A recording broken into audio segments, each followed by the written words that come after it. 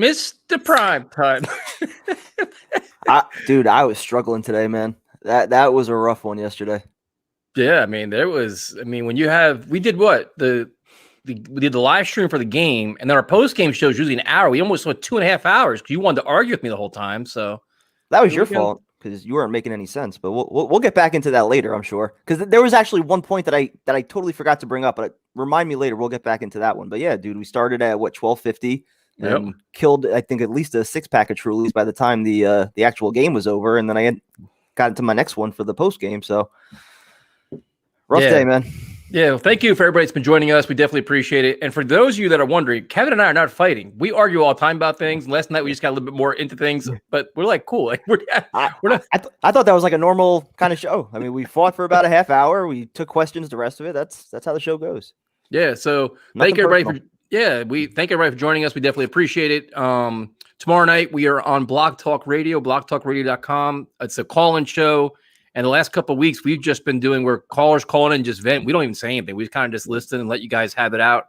A lot of feedback about people wanting us to do that on the YouTube platform, but Blog Talk's a lot easier. We can control the content a little more in terms of like screening calls and know what's going on and not getting trolled and everything else. So prime time, this is the day after where we had a day to digest what actually happened yesterday. Jets are 0-7, disappointing loss, a game they could have won. They should have won probably if they would have even somewhat competent coaching and better play. What I like to do is I try to figure out, like, okay, when it's going on, we're super emotional. Like you get all pissed off, you get angry. So today is the kind of day you can look back, like, all right, how bad was it? Let me watch the press conference. Let me listen to what our leaders are going to tell us, so we can get a feel for what's going on. Because the big story of yesterday was Dow Loggins took over play calling. So the first half of the game, there was a lot of motion. You saw him on the sideline talking to Sam Darnold. Like, wow, like it's almost like the Jets took all this shit we've talked about them and tried to fix them all in the first half. Like he was coaching Sam, there was motion, they changed it. Still ran the ball on first down every time and got me plastered, but that's just fine. You know, Denzel Mims played, P. Ryan played. All these different things are going on in the first half. Fine. After that, the second half, it could not be any worse. And it was dreadful all over the field. I mean, like the defense was bend but don't break. The Bills didn't play very well at all, but the offense was gross, like historically gross. Yeah, it almost seems like with almost every game that we've seen Adam Gase coach, that this offensive playbook has a certain shelf life, usually about 15 to 20 plays where they look prepared, Sam looks good, the offense is functioning, they're moving the ball, and then once the opposing team makes their adjustments, we have absolutely nothing to counter. We heard Sam Darnold even say it in the postgame. He said it twice, that we have to start getting better at making adjustments to the opponent's adjustments. That's part of football. And the fact that Adam Gase wasn't calling plays yesterday and we still couldn't see any adjustments, that leaves me to just ask the simple question, what is his fucking job? If he's not calling plays, if he can't make adjustments, he's not involved with the defense, he's not a player's coach, what is his role? What does he do? So again, like just focusing on the game, yes, there were some positives in this one. You saw some young guys out there, which was nice. P. Ryan, he got more carries than Gore. Finally, it was good to see that. Mims had a couple nice catches. The defense, like you said, bend but don't break. Kept him out of the end zone, but also didn't force a punt at all, which is just amazing. But yeah, you saw some young guys playing well. Bless Austin had a few nice plays. Marcus May had a nice game. Quinn Williams, the typical game where he gets a sack, also has a penalty. So yeah, it was up and down, but you want to see more. And it just sucks that the bar is so low that an 8-point loss now, that's progress. What's up, guys? What's up, Miguel? Thanks for joining us, man. We definitely appreciate it. We're off to these super chats right off the bat, man. If y'all get Trevor in the draft, who would pick his 5-year option up all that money? He's a project. I'm not really sure I understand the question, but I'm guessing we're talking about Sam Darnold picking up his 5th-year option. Yeah, I mean, I would assume. But yeah. Well, that would be on the next team. I mean, you'd be trading Sam Darnold probably low for, a second-round pick at this point. Yeah. And again, I can't even defend not taking Trevor at this point. I've been Sam's biggest defender, biggest excuse maker, whatever you want to call it. But, he's got 9 games left. And each game that we don't see him take that step where we could say definitively he's your franchise quarterback, the idea of a new coach coming in here and not taking his own guy and starting fresh, it's just probably not going to happen. And so he's got 9 games to really step it up. Got Mr. Primetime, YouTube star talking to you. What's up, fellas? What's up, JK Thugs? We'll go back to some of this commentary. Opening up the beers, boys. It's Dingers times. Yeah, I mean. I think I only got one in me tonight. Yeah, I mean. I was hurting today, man. Yeah. So as I look at you got prime time, you got a big fan club here, man. You got all these guys, Mister. They're only focused on my nickname because they don't know your nickname, Hollywood Roush. Look at this, like a legend. I shotgun like a legend yesterday, and that was after about a zillion, truly. That's so true. I give you props on that one. That was good. What's up, Rodrigo? Thanks for your support, man. I think he's out in Brazil too. So thank you. We appreciate that. So before we go into the comments, a couple things. What's up? What's up, Michael? Thanks for joining us, man. We appreciate it. We guys appreciate all you guys, man. It's Monday night. All the things going on. Definitely appreciate it. Yo, what up? Yo, what up? Let's see here. Shaq. I can only imagine Shaq calling tomorrow night. I can't wait for that call tomorrow. That would be good. So, one of the things I try to do is, there's a lot of things that happen, but I go to the press conferences, man. And, I got to read the comments because I read them. And I've been trying so hard not to get mad. Like a lot of the comments we've been getting is, why do you guys get so pissed off? Like you guys, we're expecting to lose. They're losing. It's what you want. And I'm like, I can't help but get mad sometimes. And then you hear the comments and then you wonder about what's really going on with the organization. So here we go real quick, Prime Time, because I know this is going to piss you off. Watch. Oh, God. This is just good stuff here. They asked Adam Gase today, said, okay, listen, what's going to go on with the play calling? Because obviously you had Darrell Loggins. It went good, then it went bad. What are you going to do? Because now you have it this week. Adam Gase wouldn't commit to letting OC Darrell Loggins call the plays again this week, but it sounded like he was generally happy with the way things went during the week and found positives during the game. What? Like I said, the bar is that low where you come out, you execute a few plays, you put up 10 points. Now we're good. In spite of what was it, 25 plays for 23 yards or vice versa? I think 25 plays for 23 yards. Yeah, that's what you did after the touchdown. You barely averaged a yard per play after scoring that touchdown. And that's somehow viewed as progress with this offense. It doesn't matter who's calling the plays. It's the scheme, the system. It does not work. You attempted one throw beyond 20 yards, and it was a 22-yard pass to Berrios. That was it. One throw beyond 20 yards. The most alarming thing that if there was ever an indictment on Adam Gase and his coaching staff is they can never answer why things are going wrong real time or even the day after. Be like, listen, if you can't answer the question while the game is going on, like if you can't be quick to identify it, just say, for example, let's take a boxing match. If you know the guy is constantly hitting you with the jab, all right, we got to counter this, do something else. Football is the same way, man. Like, all right, listen, we're doing they're running the ball down our throat. We got to stop. We got to do something else. Like you got to adjust on the fly. That's what makes you an innovative guy. That makes you a winning, successful coach. The Jets can't figure out what's going on. So they asked, they said, what happened with quarterback Sam Darnold in the second half? It was collapsing quick on him. He was trying to get the ball out. He didn't have much opportunity. The times that he did, it was a tight window. It was really tough. How about this? You adjust. You got to make adjustments. Roll them out. Change the pace. Hey, try the vertical passing game. I don't know why. And the thing is, the weird thing about him is, and this is when he quits. He's like, well, we tried it a couple times. Okay, so is there a limit on your vertical passes? Like, oh, we hit our quota of 2. Can't do anymore now. That's it.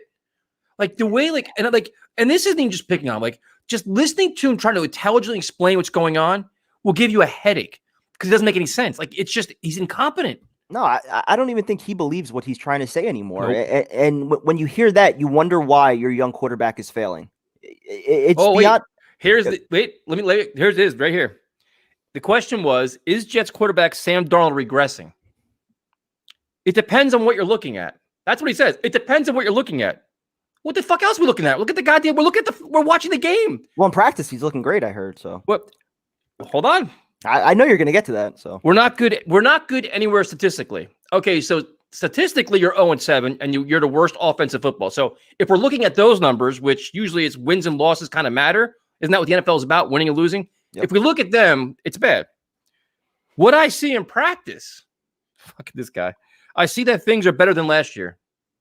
We've just got to figure out ways to protect him. Let him get in rhythm. How can you hear that goddamn comment and be like, yep, that's my coach? If I hear one more time how good this team is in practice, you know why they're so good in practice? Because the entire team sucks, man. It's like bad versus bad equals bad. No, it's bad. No, I'm sorry. Bad plus bad actually equals good. 2 negatives is a positive. Yeah. Unbelievable, dude. Unbelievable. Dude, how do you even watch? It's like what he's saying isn't wrong as it relates to Sam. They didn't give him a chance. I think it was, I have the numbers right here, 23 dropbacks with 4 or 5 man rushes and 13 pressures, 4 sacks. you're not giving the kid a chance. But it's like, how many times are you going to keep saying these things about, all right, we got to look at the film and every other excuse that he makes without being able to adjust it in game? Nothing changes about this offense. You didn't take one deep shot. So what do you expect from the opposing defense? They're just going to sit back, press coverage, right at the line of scrimmage. They're not going to give you a chance to get yards after the catch and things like that unless you're putting it in their head that, hey, we have Perriman on the outside. We have Mims on the outside. These guys could stretch the field a little bit. We didn't put that thought in their head once. So how do we expect the offense to have any kind of functionality? No, there's none. And there's the same excuse. I got one more quick. I find it because it was another one from Van Roten started to speak. And I'm like, dude, more of these. Go ahead. Oh, what about the offensive line, like playing great individually, but not as a unit? Yep. Joke. Let's see. What is it? Greg Van Roten says they need to be ruthless with our attention to detail, meaning O-line. Says players playing okay individually, but haven't clicked as a unit. What are we doing, man? I mean, these comments, it's only week 7. Take your time. And that's the whole thing. Like the way they're talking about things, you act like it's week 1. This is week 7, where everybody in the NFL is dealing with a crazy amount of injuries. You're dealing with adversity. You're dealing with a litany of stuff. Yep. Like the injuries in the offensive line. Like if you think about now, the Jets' offensive line for the most part is intact. You have Alex Lewis was out, but other than that, like there's teams right now playing with 4 backup linemen and still doing things. The litany of excuses they're trying to put out there. And the weird thing is now, I've noticed this now. Adam Gase in some corners is almost being made to be a sympathetic figure. Where it's like, oh, you could see he's just trying everything. And look, he's got so much going on. And there's so much negativity. Like, dude, no. Let's not play this game. And now what Adam Gase is doing, he's trying to be smart, but he's not. Because you see right through him. He's a fraud. Is that now it's like, man, I feel bad for Sam. We're not really helping him. We're not doing this. Wait, you've roasted this kid for the first 6 weeks, the first 4 weeks of the season. He buried him, right? Did he not do that? Yeah, not making the right throws, not making the right reads. It was never about it was never Gase's fault. It was the players running the wrong routes, making the wrong throws, making the wrong decisions. Now it's like, yeah, we're not really helping Sam. So now Adam Gase is trying to figure it out. Like, listen, you know what? I gotta start saying I'm sorry for all this because we gotta change the mindset around here. So now they're trying to make people feel bad for Sam and feel bad for him. No, nobody feels bad for Adam Gase because he created this mess.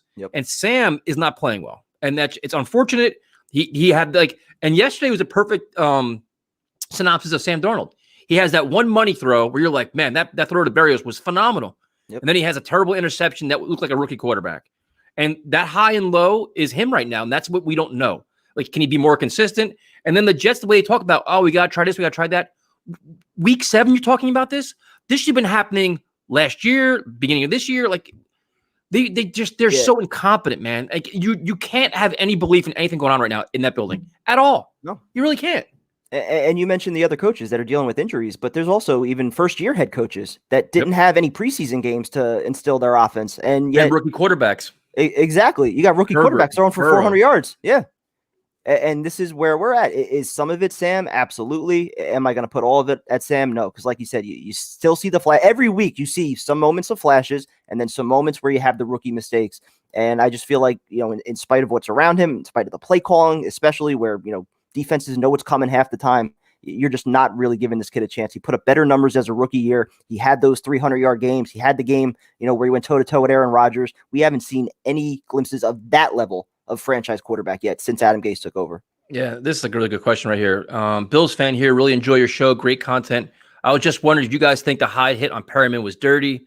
I kind of thought it was close but clean. I mean, first of all, Perriman's going to be out for a couple of weeks. There's no doubt about that. He's in the concussion protocol. He got smoked, dude. I mean, absolutely smoked. I didn't personally think it was a dirty hit. I mean, but by today's standards, yes, is that a flag? Absolutely. That's just, the nature of football today. But yeah, as far as being a dirty hit, no, he's trying to break up the play. Clean play. Yeah, I mean, there was much dirtier hits yesterday with like Dalton, like stuff like that. But this, like when we both watched it, I was like, wow, like I'm kind of like you. I'm kind of like more old school too, where I think, it's football's a contact sport, man. Sometimes you're gonna light guys up when you get a chance. That's what you do. But I didn't walk away saying that was dirty. I didn't. I thought the hit on Sam on Thursday night was actually worse than the hit on Perriman, to be honest, where the guy drives him into the turf. So yeah, so you look at what's going on, and the thing with Sam now, it's like we've been talking about it. It's like, all right, you had a 10-game audition. There's one down now. Now you're at 9, and now it's like almost every article now. You can see it, man. This is so predictable. I know. My biggest fear right now, to be completely honest with you, is that Gase is going to start making excuses to the point where it's like, listen, you know what? if we're being honest, Greg Williams wasn't my defensive coordinator of choice. I inherited him. And if we're being really honest about things, I really didn't want Sam Darnold either. He's not my quarterback. If I can get my quarterback and my defensive coordinator, I can really change things around here. My concern is that maybe Jets ownership is starting to buy this bullshit. And because you watch, Gase plays the media, man, and he has a narrative. And slowly but surely, you see the Rich Cimini article as well. Sam doesn't play well again. Is this the beginning of the end? Like, they're all writing him off, dude. That's the, Boomer started this 2 weeks ago. They're all doing it, man. Like, trying to push him out the door. And if he keeps having games like yesterday, he'll be out the door. They planted these seeds back in the offseason on Sam Darnold. They sure did. And with Le'Veon Bell as well. They've been planting these seeds with every guy, and Boomer did it last week with Greg Williams after his comments. They're setting it up to blame everybody else but Adam Gase. The problem is, if you actually think that you're going to bring Adam Gase back and Trevor Lawrence is just going to willingly come to the New York Jets and sacrifice the first year of his career for Adam Gase, I don't think that's going to happen. Now, if you want to lure an attractive head coaching option here with that first pick and say, hey, you have your choice of either building around Sam or taking Trevor Lawrence, which is probably going to be Lawrence at this point, that's how you get your coach. If you think you're going to keep Adam Gase and you're going to get Trevor Lawrence and this thing's going to go the right way, no, you would literally be doing the same thing to him that you did with Sam Darnold by allowing Lawrence to come into the league, work with a coach that's on the hot seat, probably fire him after the first year, second year, new system all over again. Same story with Sam. Why do that? Yeah, I mean, there's like, I'm trying to read through the tea leaves here because like we're in our opinion, both of us are saying the same thing. He should have been fired weeks ago. Like every week you can make an argument when you leave a game with 4 yards of offense and a half, when you can literally just fall over the goddamn line with a halfback dive 6 times to get 6 yards. What they did yesterday was like, historically bad. To have ownership just be cool with it. Like they're accepting all this now. It's okay if you want to tank and you're embracing it, but then it's like, why are you doing that? Like, why aren't you like, it's just, I'm starting to get concerned now. And now you read the narrative, read the stories, and then it's like seeing Mims play well is exciting. But then it's like, all right, is this another built-in excuse for, Gase now? And seeing Kieran start to play. If these young guys all start playing, Gase's excuse is like, wait a minute, I didn't have him for the first 6 games, but now I have my pieces, but now it's like, like damage has been done. Like, it's like, you could almost see him trying to build up his book of excuses of why he's not doing well. And these clown owners buying it. Yep. Now he would have his excuse, having his roster back, having all his players back, having his wide receivers back. And especially if the young guys are actually playing well, he could say, look, we're making progress here. These guys are trending in the right direction. So again, I'll go back now to the argument that we had yesterday with Joe Douglas. You're going to put it on ownership. And I get that. They ultimately have to open up, kind of realize what they're doing wrong here. But I'm still going to point the finger at Joe Douglas and say, is he speaking up to, speak against what is going on right now? Or is he perfectly fine with Adam Gase being the coach here? And I know you kept saying yesterday, Joe Douglas has no authority to fire Adam Gase. But you know what? Adam Gase had no authority to fire Mike Maccagnan. What did it take for Chris Johnson to fire Mike Maccagnan? Adam Gase getting in his ear and changing his mind over how he viewed Mike Maccagnan over 4 years. He favored Maccagnan enough to let him spend $100 million to let him go through that draft process. Yet once Adam Gase got in his ear, then he finally made the decision to fire him. That is exactly what Joe Douglas needs to do. He needs to take a page from the Adam Gase playbook and throw Adam Gase under the bus and separate himself from this losing culture. Period. That's what he needs to do. That I'm telling you, that press conference. What's up, AJ? Thank you all for this. It's super therapeutic. Hey, Liz, AJ, it's therapeutic for us too, man. Us talking about this actually helps me too, because I walk around angry as shit. There's nothing worse than walking into the office. I was in the office 3 minutes. My coworker walked in 4 yards. I wanted to get up and just leave, dude. Like he said, 4 yards and a half. I'm like, I'm out, bro. I'm out. That's it. I've heard enough for today. Like I have my head down. I put headphones on. I'm like, I don't want to talk to nobody. People don't even say anything to me anymore. They just shake their head. Dude, no, because I talk too much trash. They don't trash. have to say anything. Yep. No, I talk too much. I just, but I knew not to talk trash this year. But the thing is now it's like we keep saying it, but that press conference at the bye week with Joe Douglas is going to be that's game time for him. That's when he's going to be the put up or shut up and earn his stripes as the general manager, because you can't feed us nonsense. You can't sell us bullshit, because we're going to see through it. He's got a lot of questions to answer now. And, the excuses have been building up for so many different people here, and he has to answer for that. And then a trade deadline's got to answer for it too. Like, what is he going to do then? Is he, there's a lot of teams are going to be cutting players because they're going to have salary cap issues next year, or they're going to be trying to trade players. Does he make a power move and become a buyer and say, hey, you know what? This guy's valuable for next year. Do I do that? What does he do? Or does he just keep blowing away the, getting rid of Marcus May and Avery Williamson and Brian Poole? I would personally love to hear his explanation as far as why so many players seem to leave here and they're already doing great things. Like even McClendon yesterday, his first game, he had like 5 tackles. He was all over the field for the Bucks. Robbie's still doing his thing. I'm sure Jamal, when he gets back, he's going to elevate that Seahawks defense like he was early on. I mean, Le'Veon Bell, his first carry, 16 yards. He only had one of those his entire time as a Jet. But every explanation when they talk to, like, when they ask players or they ask things what's going on, it's always execution. Execution's on the coaches, man. Like that's legitimately coaching. Like you can have an average bunch of guys. If you're well coached, you can beat a better team. It's just being a cohesive unit, all on the same page with very good play calling and very good coaching. That's how you win games. Yep. Like this, I mean, it's just crazy now. 85 points in 7 games. What does that tell you? It's awful. It's not fun to watch. And then it's funny because now, thanks to all of you, we're getting a lot more attention, I guess, from other fan bases. So a member of the Kansas City Chiefs media decided they wanted to talk to us and have us help them preview the game. So I'm like, I'm really not sure what you want me to preview for you guys, but I'm like, I'm willing to help. I'll talk football. I don't care. So they're like, all right, well, you got to sell us on this game. I'm like, you do what? I'm like, so what am I selling? Like, well, give us something how we can promote this game and do this. I'm like, I can't do that for you, man. I'm like, this team is terrible. I'm like, we just had 4 yards and a half. I'm like, we can't score points. I'm like, we're the worst team in football. I'm like, how do you want me to promote this? Like, just kind of give us some like building blocks, things we can talk. I'm like, I can't. I'm like, you're the wrong person. I'm like, if you're looking for somebody to come out here and be positive with the New York Jets, I'm like, I am not your guy. Like, I'll keep it honest. I'm like, this game will be over at halftime. Period. That's it. The guy was like, I was gonna say they clearly didn't know who they were talking to, and they reached out to you. No, but they were like, he was surprised. He's like, come on, man. I'm like, dude, I don't give a shit who you write for. Like, I don't care. This is just being honest.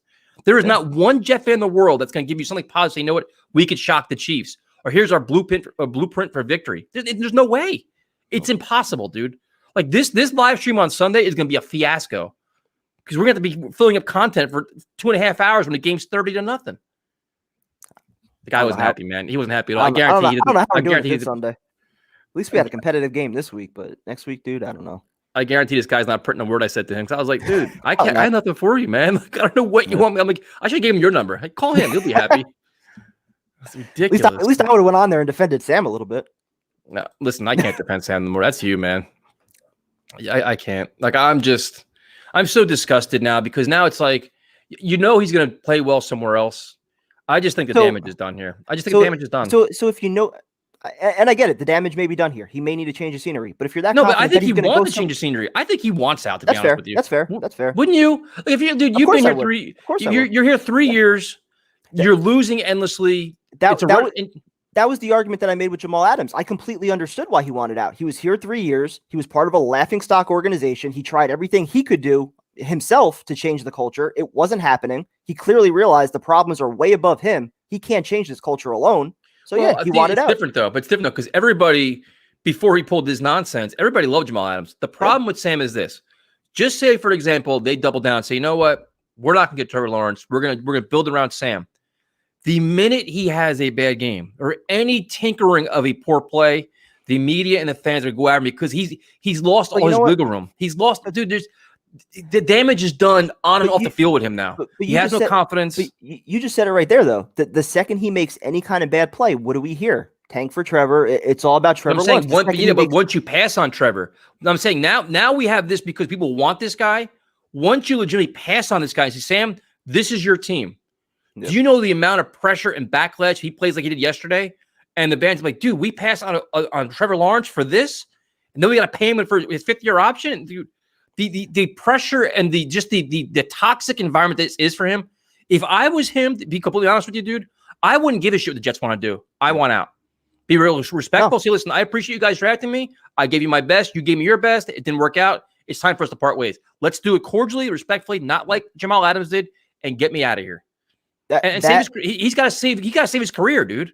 That is the one area that we could agree on as far as Sam needing a change of scenery or potentially doing better elsewhere. If he's on the Colts right now, if he's on the Saints right now with those coaching staffs, with Pittsburgh, Minnesota, those playmakers, those teams as well. If he's almost anywhere else, he's playing significantly better. At least that's the way I feel. Those coaches, those schemes, those systems, they would build around him the right way, let him do the things that he does well. And he's still young enough where, I feel like he still has a high ceiling in this league. But it might have to be away from New York because especially with the new coach, hopefully coming in, you probably can't convince a new coach to work on a rebuilding project as opposed to taking, like we keep talking about, a once in a generational guy who, you'd be ridiculed for passing on a guy like that. You can't do it.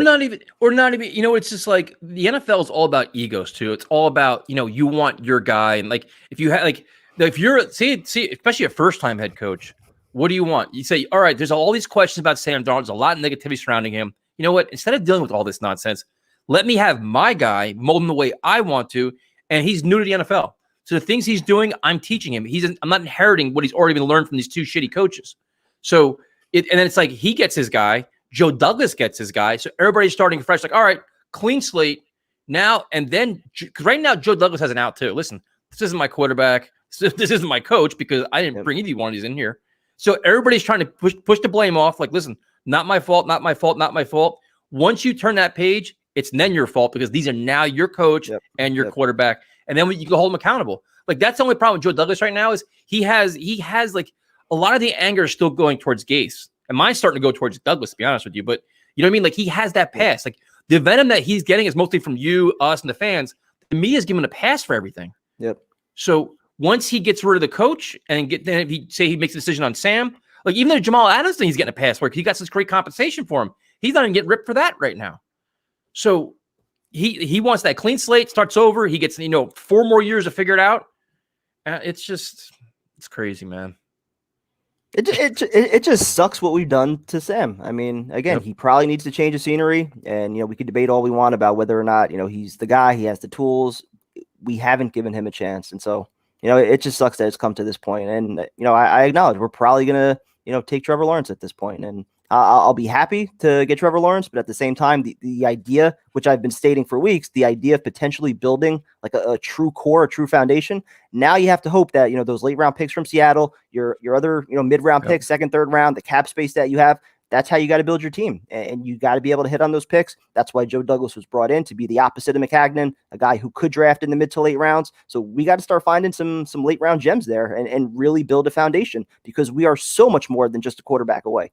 The problems on this team are so far beyond just Sam Darnold. He may be a small fraction of the problem, but the problems, like the roots of the problem, go so much deeper than him. Yeah, I mean, you need to overhaul this entire roster. We've talked about it endlessly. Like, all right, what position right now do you feel comfortable with? What position group is there any? But like the entire position group, like the offensive line, is there any? No. Nope. So there you go, dude. Like I'm saying, we've talked about it. How many building blocks are on this team? If you take Sam Darnold out of the equation, you're going to say Becton, hopefully Mims, hopefully Pirine. On defense, maybe Quinn Williams if he cuts his shit with these penalties. Other than that, who is it? Bless Austin's playing pretty well. Maybe hopefully so that's been my argument for potentially keeping Sam. If that offer does present itself where you can get that ridiculous haul of draft picks, and now you have a core where you're addressing every single one of those needs, that's why I think these 9 games are still crucial for Sam. If you could see enough, to say, hey, with some more talent around him, this could be a better team, a better roster. I would hope that would still be a decision, but for a new head coach, new GM, it's probably not happening. I'll acknowledge that now. Primetime rocking the S for Sam Darnold hat and the black shades. Everybody loves your sunglasses, man. The black shades for the funeral. Damn, if Sam lost primetime, then he really shit the bed.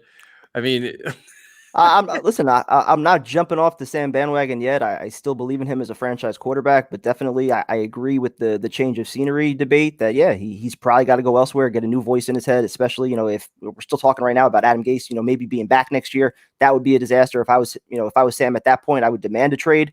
And I still don't think you could even get Trevor Lawrence at that point if Adam Gase is coming back. So there's just so many things to dive into with this. Did you see the video of Chris Johnson and Gase in the tunnel after the game? Made me sick. Yep. Yeah, I mean, it's he's becoming a sympathetic figure. Like people feel like it's almost like Chris Johnson feels bad for him. Like, oh, sorry, you lost number one coach, but hang in there. Yeah, we know you're part of the rebuild. You're enduring this for us. It makes you nervous, man. I mean, he's gonna be back. I hate to say it, but it might be time to move on from Sam Darnold. You know what? Next year we're not gonna have Sam Darnold as our quarterback, and we're not gonna have Trevor Lawrence as our quarterback. That's probably what we're looking at. Because Adam Gase is going to be our coach. Darnold will ask for out. Trevor Lawrence will not come here. And we'll probably pick up, trade for Teddy Bridgewater or somebody like that. Hey, gents, watching from Australia. Well, I want a koala bear. Don't follow the Jets, but enjoy the show. As a Browns fan, don't ask. It's funny to see football PSD in real time. Well, Darren, you saw it yesterday because primetime went through it. We went through a good 7-hour just chaos, man, where it was not good at all. And it's not the thing is like people keep saying, well, don't you want to lose? Yes, we obviously want the number one pick, but you want to see competent football. Like every other team in the NFL, throughout the NFL, like if you watch Cardinals, Seahawks, you watch any game, they're up and down the field, and you have all the young quarterbacks, Burrow, Herbert, everybody's playing great football. And you watch us, it's like just sitting in mud and you can't move. Like you're sitting here you're just stuck. It's not fun. It's not enjoyable. It's just. You want to know so watching the Cardinals Seahawks game last night, right? With about 3 minutes left in the first half, I don't know if you picked up on this. The Cardinals got the ball. They go into their 2-minute offense. They score a touchdown. Seahawks get the ball, right? With a little over 2 minutes left because the Cardinals scored quick. March down the field, about 50 seconds. They score a touchdown. Cardinals get the ball back again with like a little under a minute. Still enough time to march down the field and get a field goal. Yet the Jets get the ball with 3 minutes left, and they run 3 plays in a minute and a half? 2 running plays. That shows the difference in mentalities between these coaching staffs. The good and the bad. That 2 minutes and 40 seconds broke my soul yesterday. Changed the game. That was completely. And the weird thing is, and this is the weirdest thing, by that point in the game, I was pretty hammered. So I'm like, we're sitting here with a good buzz on, talking to all you guys, having a great old time. I'm like, wait a minute, like. Even at that state, I'm like, we understand how to manage the clock. Yep. And we're not getting paid to coach. We're just basic fans watching football, not even doing X's and O's. Be like, why are you not hurrying up? Why are you running the football? What are you doing? It was like an epically bad mindset, game management, time management. It was horrendous. And that's what his coach is brought here for. Yep. Especially he's not calling plays. So now he has the ability to look over the play call and be like, listen, why are you doing this? Because now he's not responsible for the play call. He got to say, listen, what you're doing right now is wrong. Change that and do this. Like Bill Parcells used to do that.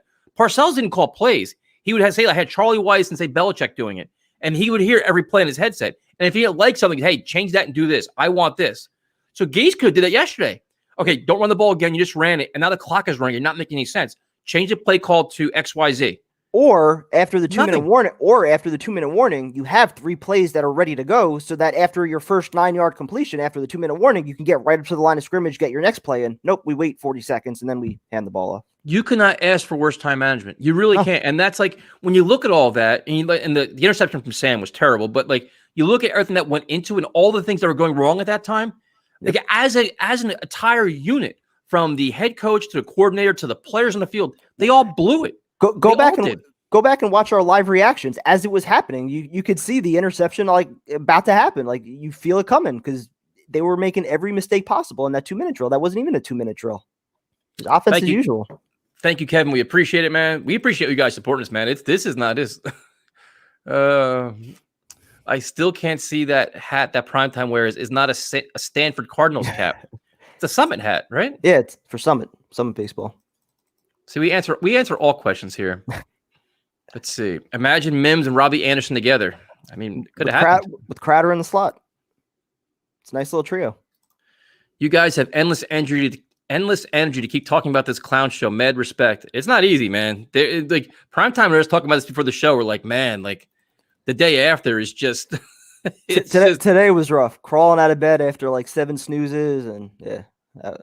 Today was rough for a lot of things. So like, all right, long day yesterday at this, and you wake up, you're like, we got to deal with a whole nother day of listening to this clown coach make more excuses and justify losing or not have any answers at all, which is even more pisses you off. Like, there's nothing to say I got to watch the film is annoying because, at this point, you should have already watched it like 10 times. Like, the weird thing is, like, when Bill Parcells was coach of the Jets, when they would win games, he'd go to Manny's and Moonaki and have his dinner after the game. That's where he'd always have dinner. So as a psychopath fan, we go there too because we want to get his autograph, get a picture. So we're that kind of fan. So the craziest thing was, dude, like, keep in mind, they won the game, and this is an hour and a half after the game. He would have a table with all his family all lined up. They had beers like that, and he'd have a replay of the game playing on the TV right there already after the game. Already, like, he wasn't staring at it, but he'd be having a conversation, looking up and kind of watching. And he's already watching it, so he already has answers. Like, all right, this is when they won. He was already like that. You know what I mean? So it's like for Adam Gase to keep saying, "I got to watch the film. I got to watch this." Wait, you're on the sidelines. You weren't calling plays. You have the ability to study whatever you want. Because you're not worried about calling the next play. You could see it all. If you can't adjust and adapt because you can't see it, you shouldn't be coached. Like, you're in over your head. And that's why I'll keep saying Joe Douglas should recognize that.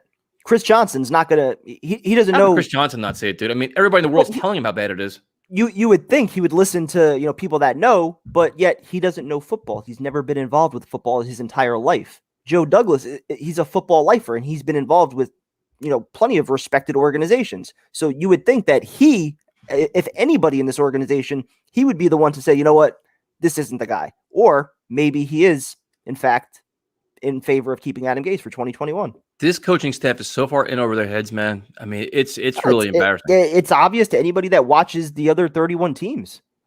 Do you guys take a wide receiver with the Seahawks pick in the first round, or what we feeling? I mean, that's a long time away to be talking about the draft, but you got to add as many weapons as possible for whoever the quarterback is. Like, obviously, what we have right now is not enough.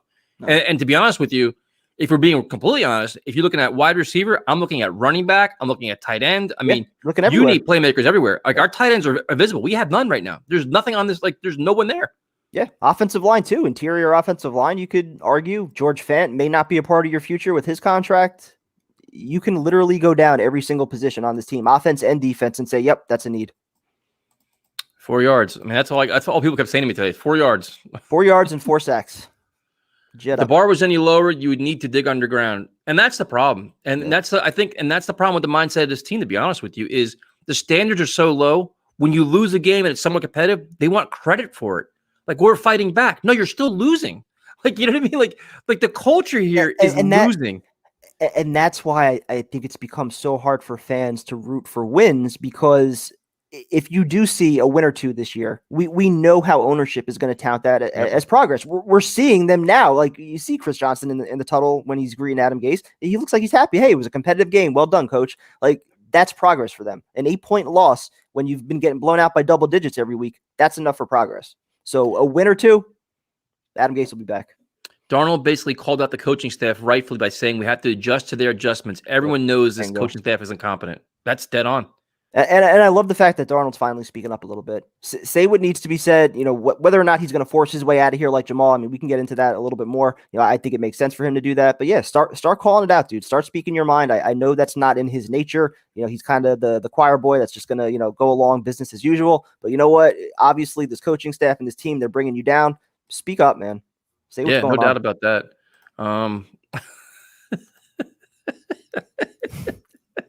Kevin was seeing ghosts during that first shotgun, but you improved, dude. You watched some film, and then you improved. Your second shotgun was much better. I was seeing double ghosts after the second shotgun, especially. A positive. Bryce Huff is tied for third in quarterback pressures with 8, only 94 snaps. I mean, Bryce Huff is definitely making some plays. I hope he gets a lot more snaps. John Franklin Myers. And that's the one thing that you worry about with Greg Williams and Adam Gase is getting the young guys on the field. Stop playing. I mean, Henry Anderson, I think, had 2 plays yesterday. It's the first time in like 6 weeks he's done something. But get these guys off the field and let the young guys run, man. Let them play. Let them get experience.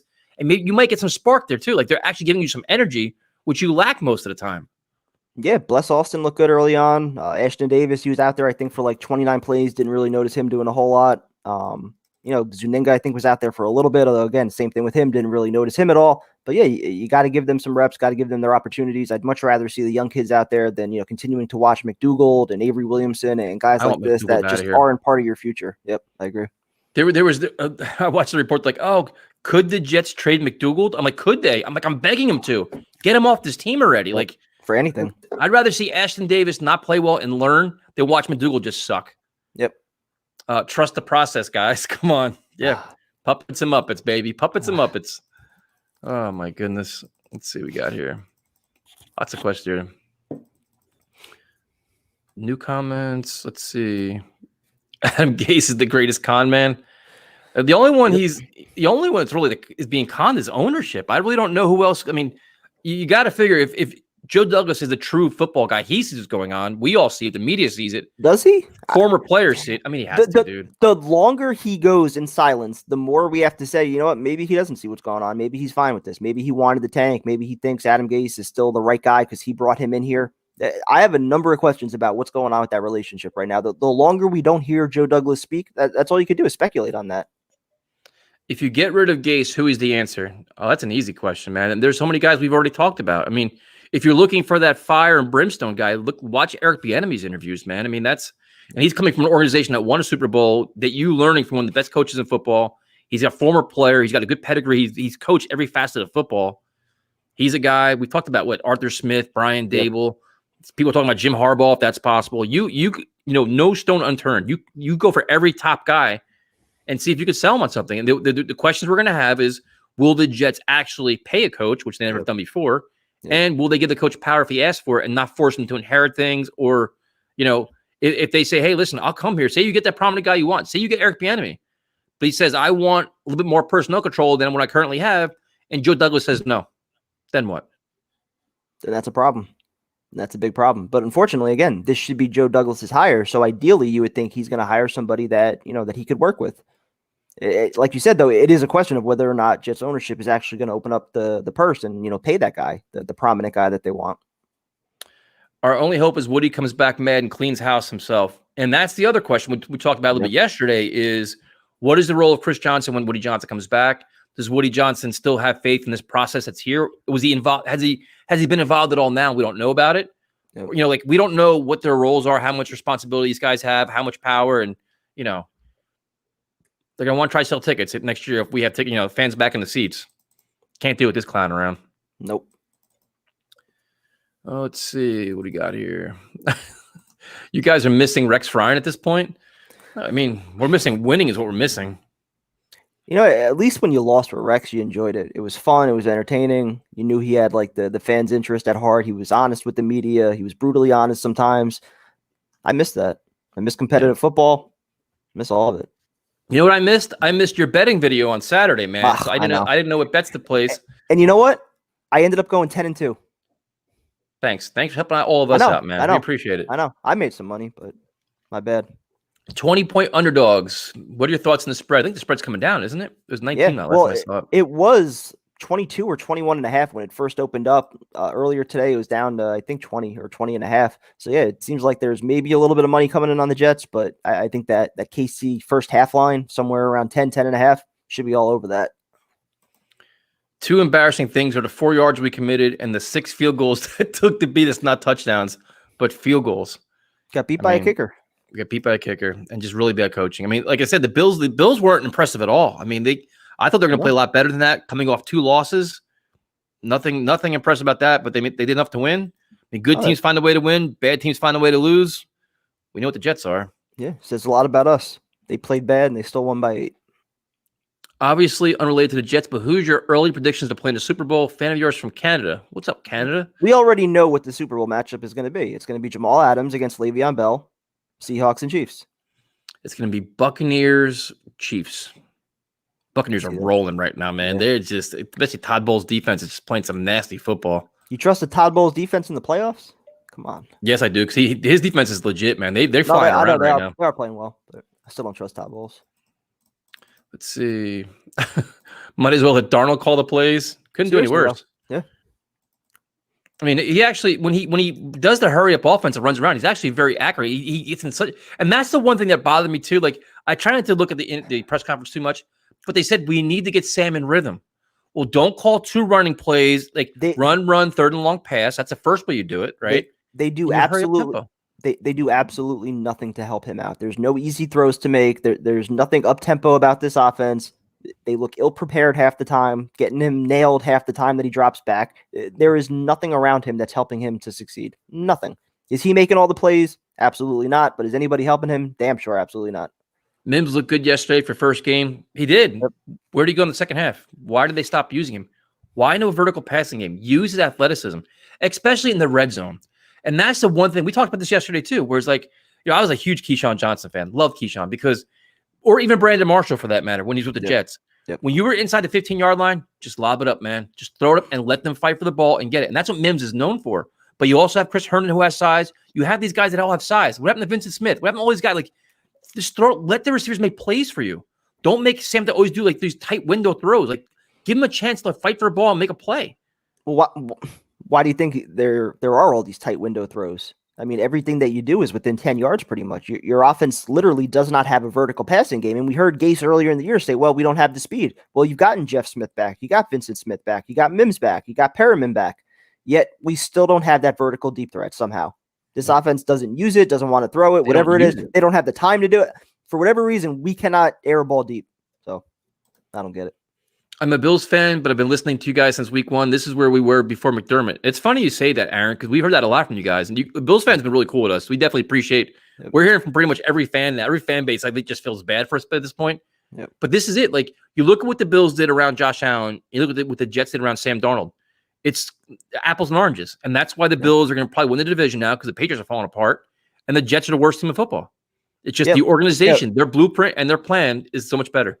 Yeah, listen, I respect the hell out of Josh Allen for what he's done, especially after that first year. But yeah, look at what they did around him. Look at the coaching staff around him, trading a first-round pick for Stephon Diggs, drafting another 2 wideouts this year after they already had a pretty solid, wide receiver group last year with Cole Beasley, John Brown, a decent offensive line. They just keep building around him and letting him do what he does well. They run the RPO well. They let him run the ball. He's cut back on the interceptions from his first year. That's how you develop a young quarterback. Lamar Jackson, same kind of thing. Like, all these young guys are surrounded with talent, surrounded with good coaching staffs, innovative play callers. Sam Darnold has neither of those things. And that's what worries me also. If somehow Trevor Lawrence is willing to come here and Adam Gase is still the coach, you are going to do exactly the same thing to him. Exactly the same thing to him. What I like about our live stream is we're getting a lot of jokes now. Everybody's like, we're joining the joke party. So what's the next one? Yeah. What do the Jets and SNL have in common? They're both comedy acts. By the way, a teacher from my high school has the entire 68 Jets autograph on 2 miniature footballs. That's pretty cool. Yeah, that's probably worth some money too. I mean, that's interesting. I don't know what to say. I'm not really sure what to say to that. Aside from jokes, I mean, what do we have to look forward to? Jokes are the best part of the show. Best part of the games lately.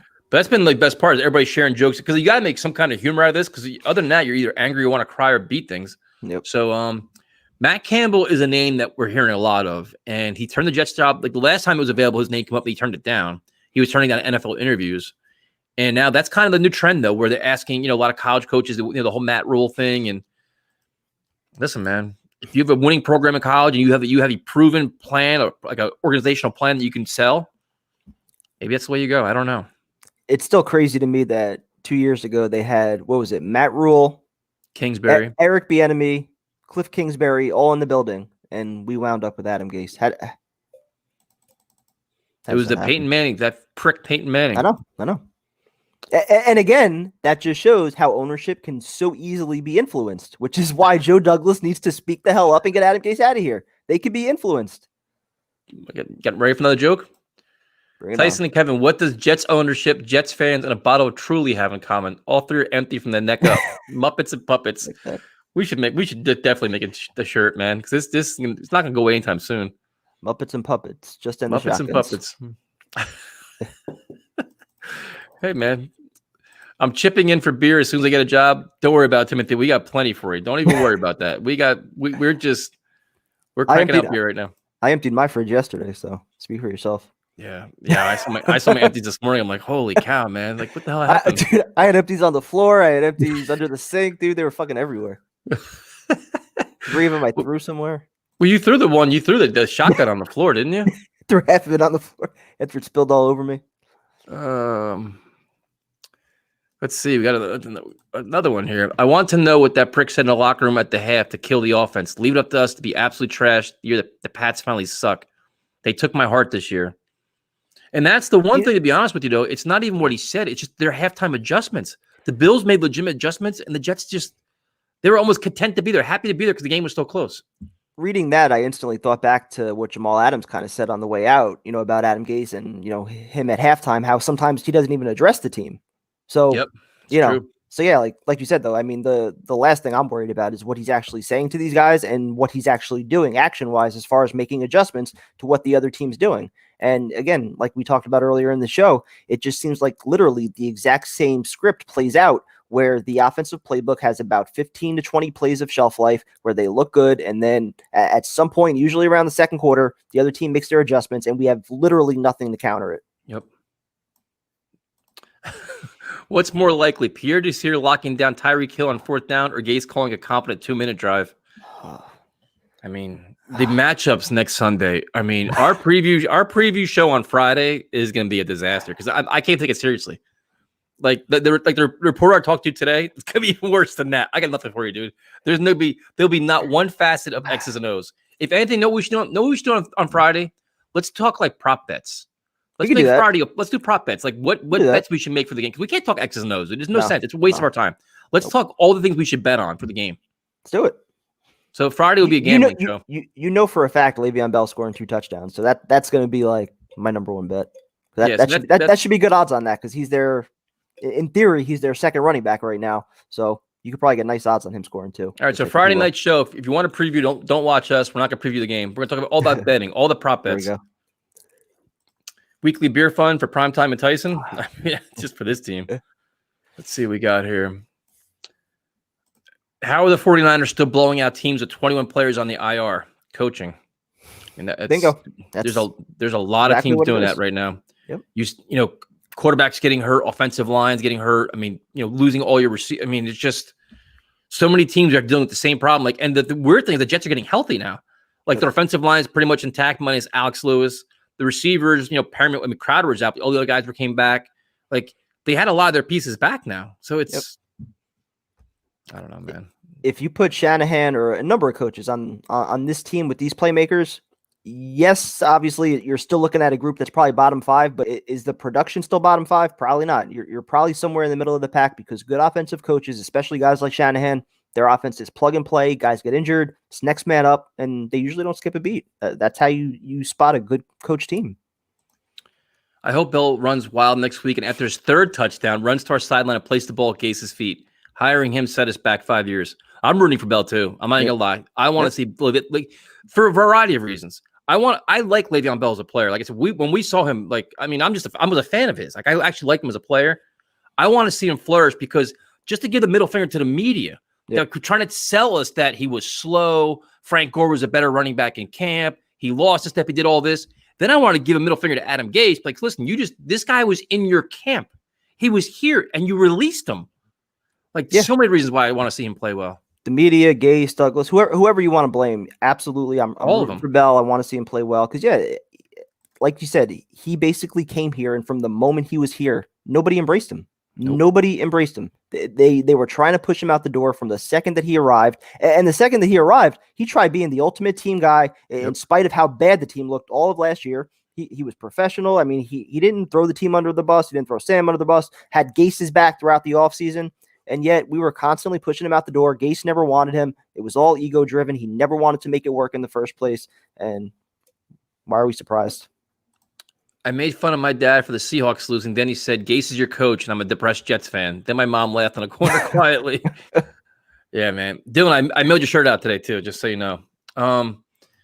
Dude, it's not easy, man. It's not easy being a Jets fan. Like, it's usually fun to have some kind of like football banter with your friends, just kind of talk some shit and like whatever. Like, we have nothing. There's nothing that you come back with. Nothing. There's not even a glimmer of hope. We have no face of the franchise. We have no positivity. It's just like you're like a helpless soul right now. That's what Adam Gase does. And we didn't learn from what he did in Miami. We brought it here, and we're continuing to let him ruin us. And it's crazy. And then with the one comment was right. If you think about it, the Patriots are falling apart. Cam Newton's playing like shit. The Dolphins we got to watch out for those 2 Patriot games now, because if we may win one of them. If we win both of them, Belichick, again, he's the kind of guy, he plays chess, not checkers. They've only got 2 wins right now. So if we end up somehow winning both of those Patriot games, he knows they need a quarterback. Just saying. So yeah, I mean, it's just so weird that, the Patriots aren't playing well. The Dolphins are going to us. We have no idea what they're going to do. The Bills can get the division by default because they're probably only going to be over 500. Yeah. Everybody else is falling apart. Coming from a fan on the total opposite side of the spectrum, 6-0, must be a Steelers fan, right? This looks almost as bad as the 08 Lions. I feel for you, man. This is worse. It's worse. This is worse. This is just as bad as it gets, because you think about it. We got rid of Jamal Adams. We got rid of Le'Veon Bell. Sam Darnold's getting run out of town. We have a coach we don't believe in, and we don't know what our future is. We don't know what our plan or direction is. Yeah, I mean, and again, at this point, what's making it even worse is that we can't even say for a fact that, there's going to be a coaching change at the end of the year. There's been nothing to this point that would indicate, we're going to start fresh with a new coach. By all indications, it seems like, there's some intent, at least right now, on bringing Adam Gase back. This is an interesting question. Would you guys trade for any weapons at the moment? And trade for any weapons? Yes, because, and this was, I forgot who said this today. Somebody said it, but based on all the teams that are losing now, the salary cap is going to go down next year. So a lot of teams could start cutting bait. If they're out of it now, they say they're whatever, 2 and whatever, they're out of it, 2 and 5. They're saying, you know what? We're not going anywhere. We realize it. Like Julio Jones or whoever else. Do the Jets say, you know what? We can afford you next year because we have $75 million cap space. Make that power move now. Do they do that? So you would think yes, but if you're tanking, if you're trying to get Trevor Lawrence, then bringing in a Julio Jones and letting him flourish with Sam Darnold, that's probably going to lead to, a couple wins, you would think. I mean, I know our schedule is not favorable, but yeah, I mean. But what is your job as a general manager? Your job as a general manager to do what? Bring in talent. So what did he do during cutdown day when he had $30 million in cap space? Did he try to improve the roster at all with half the guys injured? So now at 0-7, now he's going to give up draft assets to improve the roster? I'm not saying he would. I'm saying, but there could be some legitimate big time talent out there. That talent that's much better than anything we have. Does Joe Douglas make that move or just sit on his fingers? I agree that there's going to be talent out there. I just don't see Joe Douglas making a move. We're clearly fully on the tank at this point. We've done nothing with this roster for over 2 months now. They've sat on $30 million. They let good players walk out the door. They released Le'Veon Bell, didn't even trade him, released him. So why would they bring in any playmakers? Why would they take on any salary, give up draft assets? That's not going to happen. Just a longtime Steelers fan, you think they're tanking for Lawrence? At this point, I think the defining moments can be a trade deadline. That's going to really speak volumes. If they just unleash all kinds of, you get rid of your Brian Poole, Jamison Crowder, Jordan Jenkins, you get rid of those kind of guys, then I think it's your fire sale sign goes up, right? I mean, that's kind of. I personally think the fire sale sign already went up after you released Le'Veon Bell and Steve McClendon. To me, 2 of your leaders, one of your better players, that pretty much gave all the indication that you need to know they're fully on board with the tank at this point. One of your team captains, especially. Niners fan here. We went through some trash years and turned it around on a dime. Praying for you all and love the show. Well, thank you for that, Timothy. And the difference is you got, Lynch and, a great coach in Shanahan. That's you, and you have and they work well together. Like they're a true team together. They're not one inheriting the other. Like they're working hand in hand. They're having success with it. And Shanahan's winning. He's winning with smoke and mirrors, man. It's just we don't know that Joe Douglas and Adam Gase aren't working hand in hand together. We don't know that.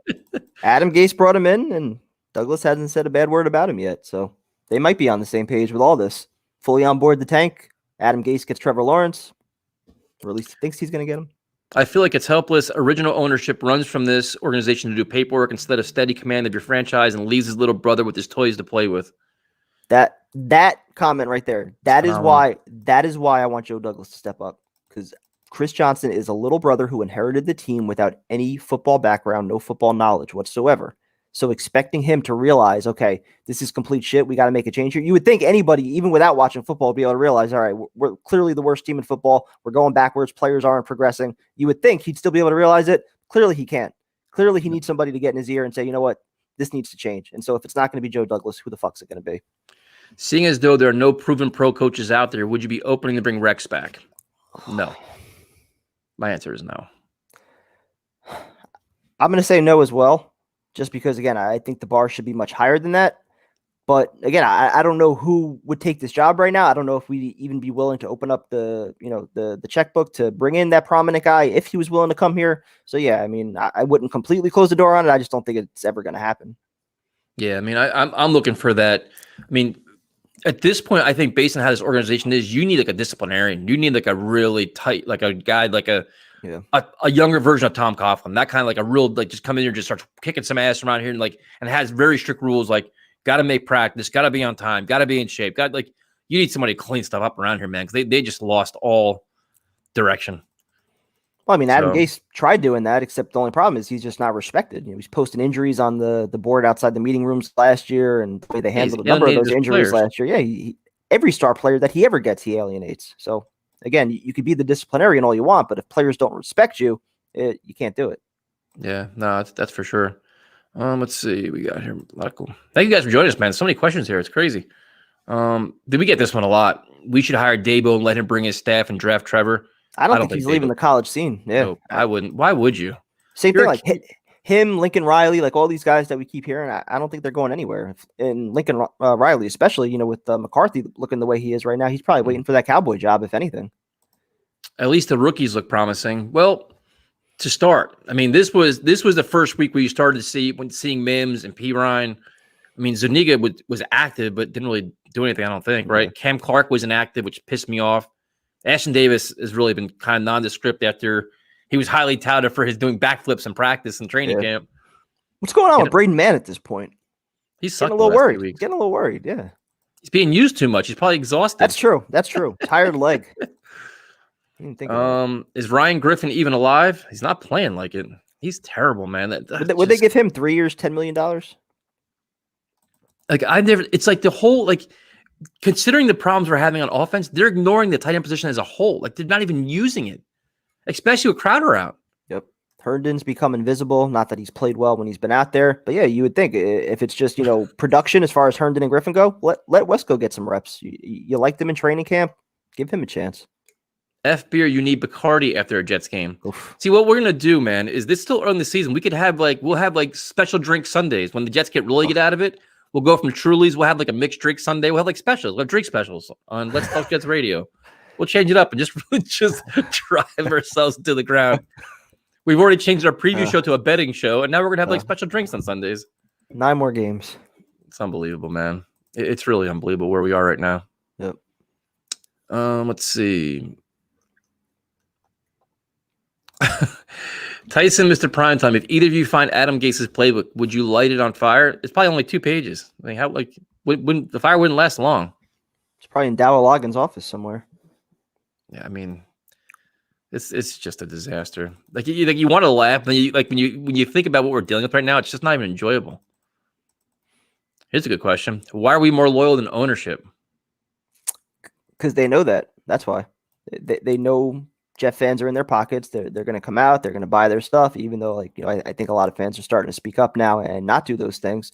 But yeah, I mean, fans have been loyal for decades, and I feel like they've absolutely at this point taken advantage of that, whether it's with PSLs or everything else with going to a stadium, paying $40 for parking, the new uniforms that everybody bought in spite of the fact that they're just ridiculously ugly. We buy in. We buy in because we want some hope, and they take advantage of it. Yep, this is a good one. You can go first, prime time. For us newbies, give us a little history of how long you've been Jets fans and what got you into them. All right, so I was born in '88, and my first game I'm pretty sure was '93. My dad's had season tickets going back to Shea Stadium. He first got his season tickets back in '81 when it was at Shea. Pretty sure he was last row, right off, where the wind's coming in. So, I mean, those seats were ridiculous. And yeah, I mean, once I started going, I was around 5 years old, 6 years old. I went for probably about the first 2 games a year. And then, I gave it off to my mom, my sisters for the later games. And then once I started getting a little bit older, I started going every week. And I was pretty much hooked at that point. It was, classic Fireman Ed, where, the stadium environment was just crazy. 80,000 fans. You knew everybody in your section, so the stadium environment pretty much did it for me. Yeah, I went. It was my family's all Giants fans. At that time, Giants fans were always good, and tickets were so hard to get that my dad wanted to bring me to a game for my birthday, but couldn't get Giants tickets. So his friend gave him Jets tickets, and he's like, "Oh fuck, I gotta go to a Jets game." So he brings me to a Jets game. I'm a kid, I'm younger, and it's like I go in there and dude, your first time going to an NFL game and a stadium and the barbecuing, and you walk in, the roar of the crowd, dude, you're just like, holy shit, this is the best day of my life. You don't understand, and you hear the Jets chant, and you want to yell, you want to do what everybody else is doing, and the Jets won. They blew out the Browns, and that's when Brian Sipe was quarterback or whoever the hell it was. They blew him out, and I was like, all right, I love it. I'm now a Jets fan. My dad's like, you can't be a Jets fan. There's no way. The whole plan backfired. I'm walking around in green and black, and then 1995, I got season tickets. Lucky me, the Kotite years. That was when I first started, and that was it, man. It's just. I was always I was always against everybody else. I hated the Giants. I was always that lone Jets fan. Yep. Then you meet old guys like you. You make the best part of being a Jets fan was the tailgates, because it's not like it is now, man. We tailgated in 4-H on the other side by the arena, and there was probably 30 of us, man. A bunch of New York cops and firemen, and just a good group of people. That it was you were a family, man. When you walked up to your seat, we had the second to last row on the upper level. I loved it up there. I was happy as hell up there. And when you would walk to your seat, hey, Tom, hey, Frank, hey, Ray, you knew everybody, dude. And when somebody wasn't there, you call, hey, man, is everything cool? Yep. Are you all right? Because I haven't seen you in a week. It was one big family. And then when they went to the new stadium, I got upgraded from the second to last row to the second row in the upper level, which I hated because I was I want like my privacy up there. Yeah. And it was like, I didn't know anybody. Week in and week out, it was somebody new. The acoustics sucked. The parking sucked. The prices were ridiculous. And the whole family environment was gone. Everything just changed, man. It's still the same now. It's just not, it's a lousy game environment now. Yeah. And that's the one thing that like kind of hurts the most, where it was like in the past, even though the team was bad during some of those Kotite years, you enjoyed going to the games. You had fun. You had the tailgates. Yep. The stadium environment was always, it was a frenzy no matter what, no matter how bad the team was. You had the Jets chants going, the defense chants going. You didn't care, how bad the team was. And now it's like, all right, we have the bad football, yet, if we're allowed to go back to games, when we're allowed to go back to games, the stadium environment's just a joke. The last 10 years, it's been awful. We haven't had a home playoff game in 19 years, haven't had a playoff game in 10 years. And, that's kind of the result of that. You have fans that just, have given up their season tickets entirely, some, others that, have been priced out. You have opposing fans that take over half these games, especially, when you have teams like the Steelers or the Cowboys, the prominent teams that come in, they take over the building. And yeah, it's not a fun environment to be a part of anymore. Yeah, you walk for far too long now. You get no return on your investment. You're spending all the tickets aren't cheap. Nope. And then the parking is not cheap. And then the beer isn't cheap. Like you're expending a lot of money every game, like every Sunday. And when you go home, you're like, man, like you feel like you got ripped off. Like and like even when the Jets do win for a home game, that really doesn't mean anything. But then you're sitting in a shitload of traffic because they have it so disorganized. The parking is a fiasco. They just for all the money, like they don't know what they're doing there. Like the overall experience is horrible to the point where, dude, I used to live for Sundays. Like I couldn't sleep the night before. I was up at 3:00 in the morning to leave by 5 to sit and be in the parking lot by 6. I couldn't wait to get there. And now it's like, maybe I'll just stay home this time. Like you just lose it because it's just not that same experience anymore. Yep, completely agree. Let's see here. Who is your Jets quarterback? Who's the Jets, I guess, probably best quarterback in the history? Mine is Chad Pennington. Wish we had those days back. It's sad. Yeah, I mean, just quarterbacks that I've seen, it would probably have to be Chad. I mean, Sanchez had those 2 nice years where he played well in the playoffs, but I think that was more the team around him. Yeah, Testaverde had a great individual year in 98. After that, didn't really do a whole lot. Got injured in 99 with the Achilles. So yeah, I mean, probably Pennington had the most natural ability, but he also, he fought through a number of the shoulder injuries, which I think, really affected him in some of the later years. And we never really got to see what he could be as far as his true potential either. Yeah, that was a fun, like that 98 year was fun. I mean, that's just, you had a sense of confidence going to games that year where you had Parcells on the sideline and the team was just playing so well where you actually were like a confident Jet fan. Like, you know what? We have we have our shit together. Almost like with Rex, when Rex was there, when they made the run too. Like you had the team was playing hard, they competitive, they were ground and pound, they had an identity. That's so long gone now. It's so friggin' just it's so depressing, man. You guys have got me depressed again now. Let's see what we got here. Actually enjoy talking about the older Jets teams more than this team. Yeah, the Patriots had the Bills, Jets, Ravens. They could be, this is, I guess, breaking down a Patriot schedule. I don't feel like reading that, but I mean, Cam Newton's playing like shit, and Jarrett Stidham isn't that good either. So, let's see. You guys think Douglas trades Quinnen at the deadline? Good question. I think he would if he can get a second-round pick. Sadly, even though they supposedly turned down more last year, it just seems like almost everyone's on the block at this point. And I think the one player that should be an exception, especially on the defensive side, because you have nothing else, is Quinnen Williams. I think his ceiling is still pretty high, and you don't really have a lot else there. Yep. Yeah, I mean, this is the kind of problem you have when you have this kind of player and a guy didn't draft him. Your general manager didn't draft him. He's going to say, "I want my guys," and especially with general manager on a 6-year contract that has a lot of stability in his opinion. I'm getting so sick of hearing that, though. Oh, he's not my guy. But if it's a talented young player, you make it your fucking guy. Period. What are you yelling at me for? You want to fight again? I'm just saying. Are you ready to fight again? I'm ready to fight anything. If it's a talented player, make them your player. Le'Veon Bell, talented player. Jamal Adams. You didn't want to make him yours. Jamal Adams, we didn't draft him. He's too much of a diva. He speaks too much in the media. Trade him. How many talented players are we going to keep pushing out? Robbie Anderson. Oh, well, we didn't draft him. He's not a number one. We're not going to pay him. Rashad Perriman, that's a nice replacement. At what point do we say, you know what, something's wrong here with what we're doing here? It's not all the talent here because guys are going elsewhere and they're flourishing. So it's not everybody here. Bills fan here. Love the content. You guys make me want to see the Jets have success. I never thought I'd say that. Keep up the great work. We appreciate it, Ryan. Listen, the one thing that we try to do is we try to be fair and honest, and we'll give credit where it's due. And if it's not, we say that too. Like we give the Bills plenty of credit. Yesterday was an ugly game, but they've rebuilt the right way. They're going the right direction. They're probably going to win the AFC East. Enjoy the ride, man. I mean, it's we just suck.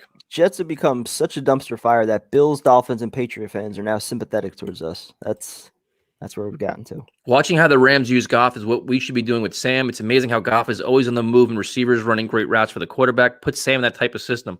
Not even Goff. Look at Herbert. Look at Burrow. Look at all the other guys there having like. This isn't rocket science, man. You build around your quarterback. You call plays for your quarterback that he's comfortable with and he can flourish in.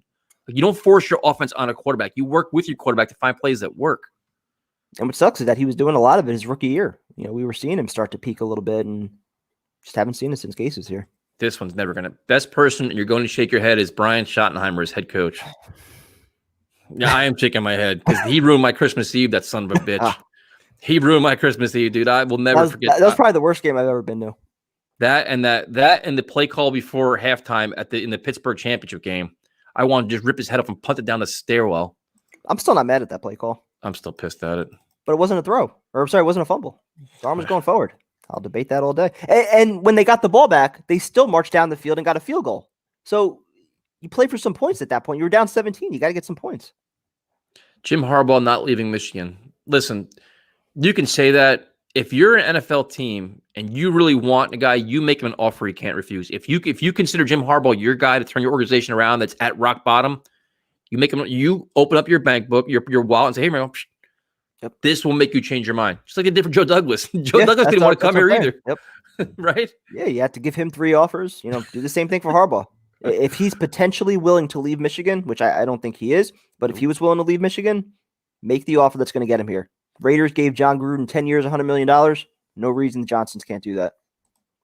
I'm worried that our team is going to do whatever Boomer thinks based on his inside sources. The front office seems so lost in the direction. Kwame, what you got to think about, or just keep aware, is the Jets play the media game very well. They start leaking stories 2 weeks before they actually happen.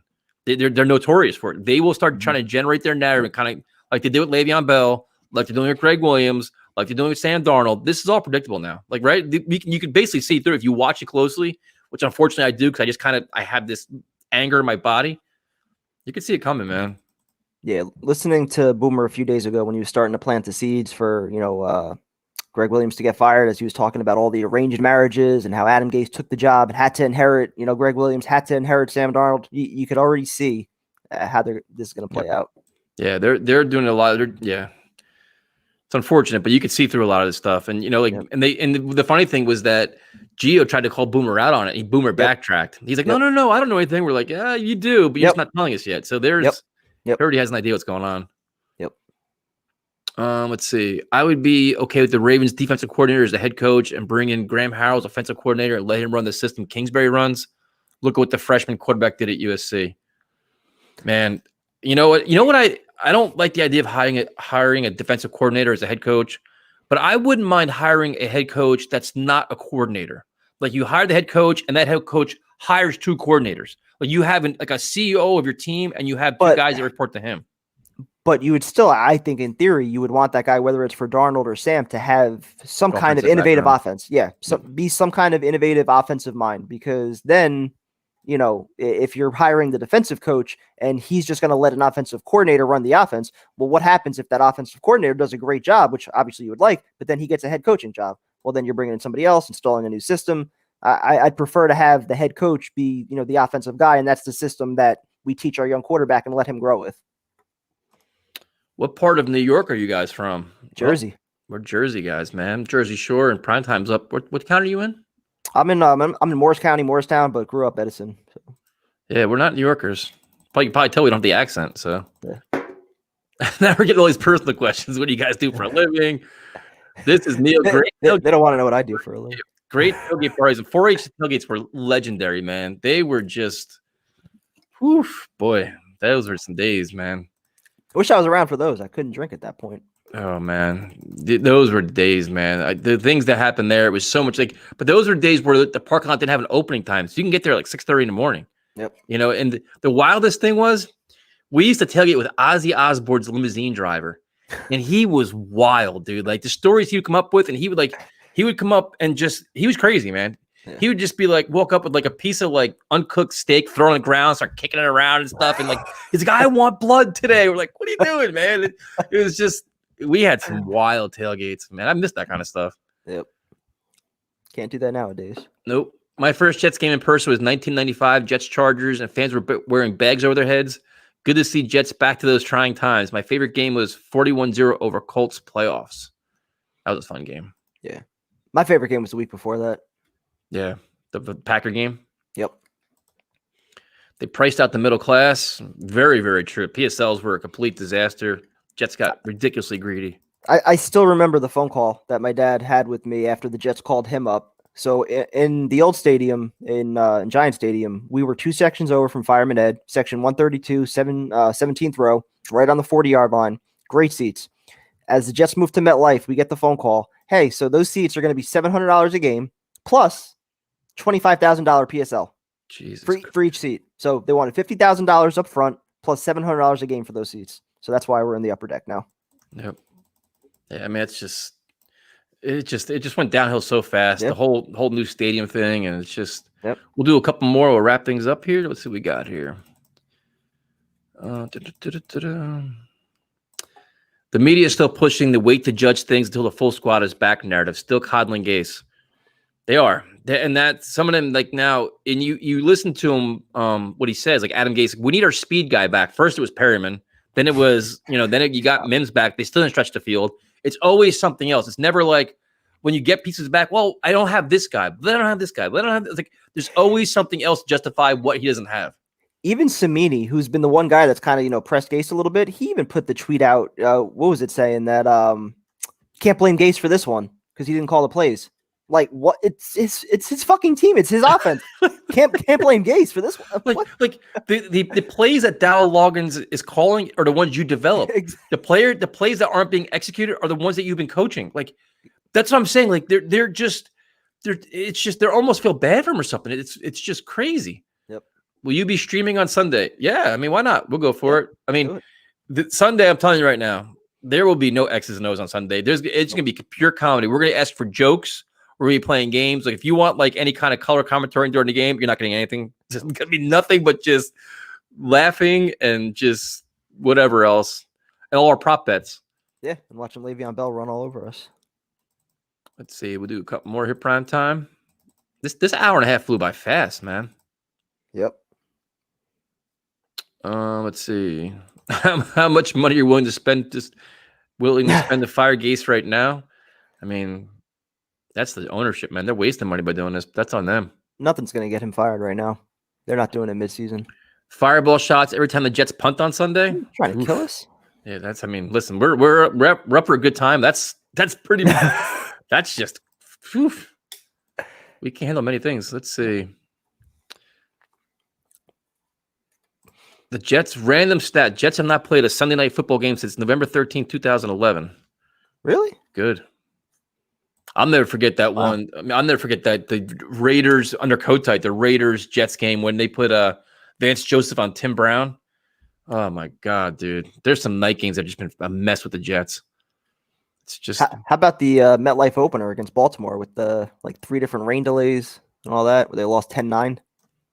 Yep. Here's one. Now they're saying prime time. They don't want to know what I do for a living. What is that supposed to mean? The man of mystery. with how much I drink, you guys would probably be ashamed that I'm a teacher. Let's see. Everybody, now let's go back to this. Now I'm intrigued. What does Kevin do for a living? Now everybody wants to know. Let's see. The Jets would beat the Cowboys. That's true. They might actually. The Cowboys are falling apart. And the funny thing is Mike McCarthy's he's in a very, very tough situation because his team's quitting on him. They're calling him out early. And Jerry Jones is batshit. He could fire him. And that's something the Cowboys have never done. They've never fired a coach after 1 year. So that'd be interesting. The players are openly just calling him out. Yep. Never thought I'd see it, but Gase is a worse play caller than Paul Hackett. I used to hate Paul Hackett. Him and his draw plays. Oh my God. Yep. You think about it, this is turning into a memory show, a history show here, but we've been through some really bad coaches, man, some really bad play callers. Tony Sparano. Oh, Jesus Christ. May he rest in peace, but yeah. Yes, may he rest in peace. But that was a terrible offense. Why is Boomer the voice of the Jets with the media? Wasn't his years horrible? He wasn't good when he was here, but he's got sports radio, the morning show. Let's say he's got a platform. So yeah, a major platform. People listen to him. They use him to push their agenda. We all know it. Yep. Yeah, and he openly says that he's friends with Chris Johnson. He openly says it. He's like, I don't hide it. Yeah. Let's see. Who's getting fired first? Oh, wait, I missed it. My bad. It was the question: who's getting fired first, Gase or McCarthy? Probably Gase. I would hope, but again, we still have not seen anything that would indicate that Gase is truly on the hot seat at this point. We like to think so. We know it should happen, but especially after losses. Oh my goodness. Oh, here we go. Kevin, for the love of God, please watch the film, make adjustments, and execute a decent shotgun with no spoilers. I did. In the second half. It was a much better shotgun. It just lasted like 3 hours. Well, it wasn't that bad. It was a long one, man. I didn't spill anything. I got the job done. Made the adjustments. It was a slow, methodical drive down the field. We got points. If Gase doesn't get fired before Dan Quinn or Bill O'Brien, he isn't getting fired before McCarthy. That's a fair point too. And that still amazes me that, coaches with, winning resumes, been to a Super Bowl, won a couple division titles, those guys mid-season can get fired because their teams are collapsing. But Adam Gase at 0-7 with his resume, he's good to go. He can stay here. Would love to ask Boomer what's the difference between 1995 with Kotite and now with Gase. It's probably talent, and it's probably the young quarterback. I mean, 1995 was Neil O'Donnell, and now you have Sam Darnold. Yep. Once they got in shape and were more disciplined, they started winning. Excuse me. I mean, I don't know. I think the same could have been said about most of this team, but a lot of the talented players we already shipped out. So now we're in full rebuild mode. Whereas, the 95-96 team, that had a young core that was in place, just not playing well for Kotite.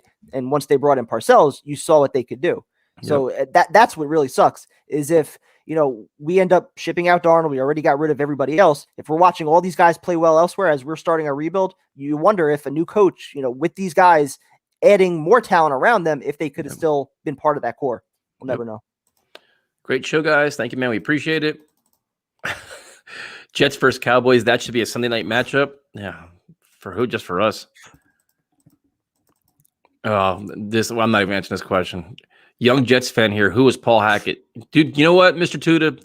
Do yourself a favor and don't even find out. Just don't even research it because it's not worth it. Try to embrace some kind of positivity. Don't go back to the pain of the Jets' history. It's just awful. Weren't there like newspapers that like Paul can Hackett and like all? Yeah, it was horrendous, man. Clever slogans and everything. I actually know Rich Cimini. I got to try and find out some shit from him that we don't know. I mean, the sad part about a lot of those guys is they're handcuffed by the Jets. They're just tied to. Well, look what happened with Manish. I mean, yep. The one guy who's kind of covered this thing honestly and called the team out for a lot of their mistakes over the last pretty much year and a half, and he loses his credentials. I mean, say what you want about Manish, over the last 10 years, he's kind of trolled the Jets a lot, put out some content that I don't always agree with, but for the last year or so, he's been the most honest beat reporter out there, and he loses his credentials. So, do you get pissed at your students on Mondays because the Jets lost on a Sunday? I come into work like I'm happy to come into work and just get away from football, talking football. It's like it's refreshing to get to work on Monday and have the weekend behind me. Like it used to be the opposite. I look forward to the weekend, look forward to Jet games and everything. Now it's just the opposite. I'm glad to get back to work and away from this shit. Well, dude, I punish my students. Like I teach at night, and they just like, oh my god, the Jets lost again. They're like, Jesus Christ, you kill them. Like there's like endless kicks, endless punches, like sit ups, burpees. Like they walk like the one kid walks in, he's like, I got a question. I'm like, did the Jets lose again? I'm like, yep. He's like, oh, like he just puts his head down. Like, God damn it. It's Hey, we should have you running the strength and team conditioning drills and all that. Have less injuries. They probably would. Have these guys in better shape. It would. They have, yeah. Probably right. Let's see what we got here. Let's see. I think that's pretty much it. The rest of these are just who would win. I think Piran could be a good piece in our backfield for the future.